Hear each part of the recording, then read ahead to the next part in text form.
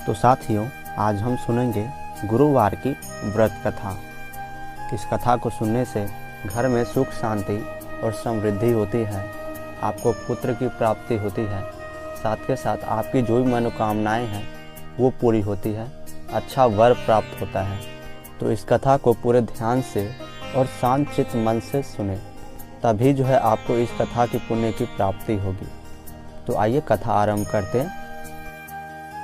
प्राचीन काल की बात है, किसी राज्य में एक बड़ा प्रतापी और दानी राजा रहा करता था। वह प्रत्येक गुरुवार को व्रत रखता एवं भूखे और गरीबों को दान देकर पुण्य प्राप्त करता था। परंतु यह बात उसकी रानी को अच्छी नहीं लगती थी। वह ना तो व्रत रखती थी, ना ही किसी को एक भी पैसा दान में देती थी और राजा को भी ऐसा करने से मना करती थी। एक समय की बात है, राजा शिकार खेलने के लिए वन चले गए थे। घर पर रानी और दासी थी। उसी समय गुरु बृहस्पति देव साधु का रूप धारण कर राजा के दरवाजे पर भिक्षा मांगने आए। साधु ने जब रानी से भिक्षा मांगी तो वह कहने लगी, हे साधु महाराज, मैं इस दान और पुण्य से तंग आ गई हूँ। आप कोई ऐसा उपाय बताएं जिससे कि सारा धन नष्ट हो जाए और मैं आराम से रह सकूं। बृहस्पति देव ने कहा, हे देवी, तुम बड़ी विचित्र हो। संतान और धन से कोई दुखी नहीं होता। अगर अधिक धन है तो इसे शुभ कार्य में लगाओ, कुंवारी कन्याओं का विवाह कराओ, विद्यालय और बाग बगीचे का निर्माण कराओ, जिससे तुम्हारे दोनों लोग सुधरेंगे। परंतु साधु की इन बातों से रानी को खुशी नहीं हुई। उसने कहा कि मुझे ऐसे धन की आवश्यकता नहीं है जिसे मैं दान दूं और जिसे संभालने में मेरा सारा समय नष्ट हो जाए। तब साधु ने कहा, यदि तुम्हारी ऐसी इच्छा है तो मैं जैसा तुम्हें बताता हूँ तुम वैसा ही करना। गुरुवार के दिन तुम घर को गोबर से लीपना, अपने केशों को पीली मिट्टी से धोना, केशों को धोते समय स्नान करना, राजा से हजामत बनाने को कहना, भोजन में मांस मदिरा खाना, कपड़ा धोबी के यहाँ धुलने डालना। इस प्रकार 7 बृहस्पतिवार करने से तुम्हारा समस्त धन नष्ट हो जाएगा। इतना कहकर साधु रूपी बृहस्पति देव अंतर ध्यान हो गए। साधु के अनुसार कही बातों को पूरा करते हुए रानी को केवल 3 बृहस्पतिवार ही बीते थे कि उसकी समस्त धन संपत्ति नष्ट हो गई। भोजन के लिए राजा का परिवार तरसने लगा। तब एक दिन राजा ने रानी से बोला कि हे रानी, तुम यहीं रहो, मैं दूसरे देश को जाता हूँ, क्योंकि यहाँ पर सभी लोग मुझे जानते हैं, इसलिए मैं कोई छोटा कार्य नहीं कर सकता।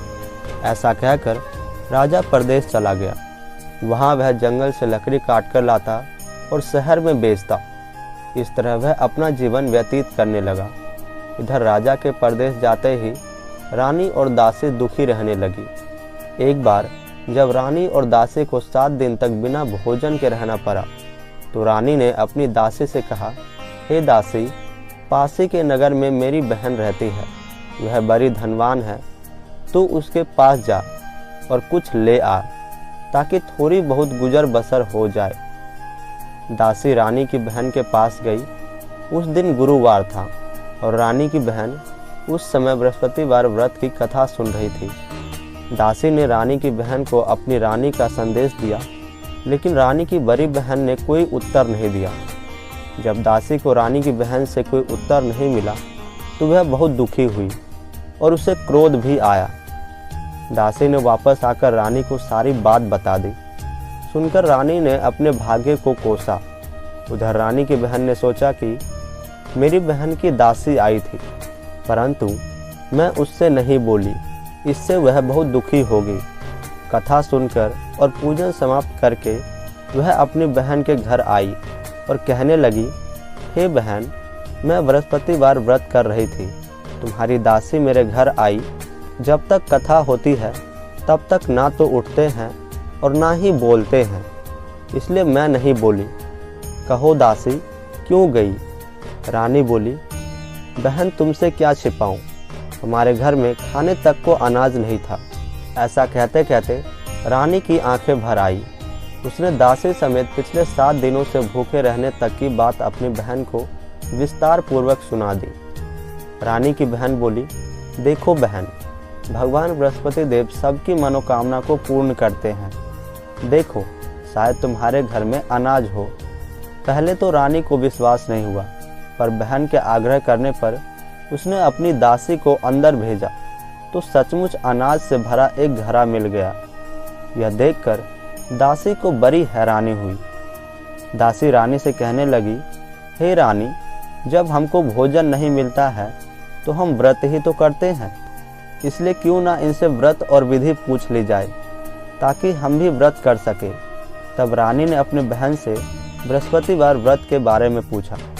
उसकी बहन ने बताया, बृहस्पतिवार के व्रत में चने की दाल और मुनक्का से विष्णु भगवान का केले की जड़ में पूजन करें तथा दीपक जलाएं, व्रत कथा सुने और पीला भोजन ही करें।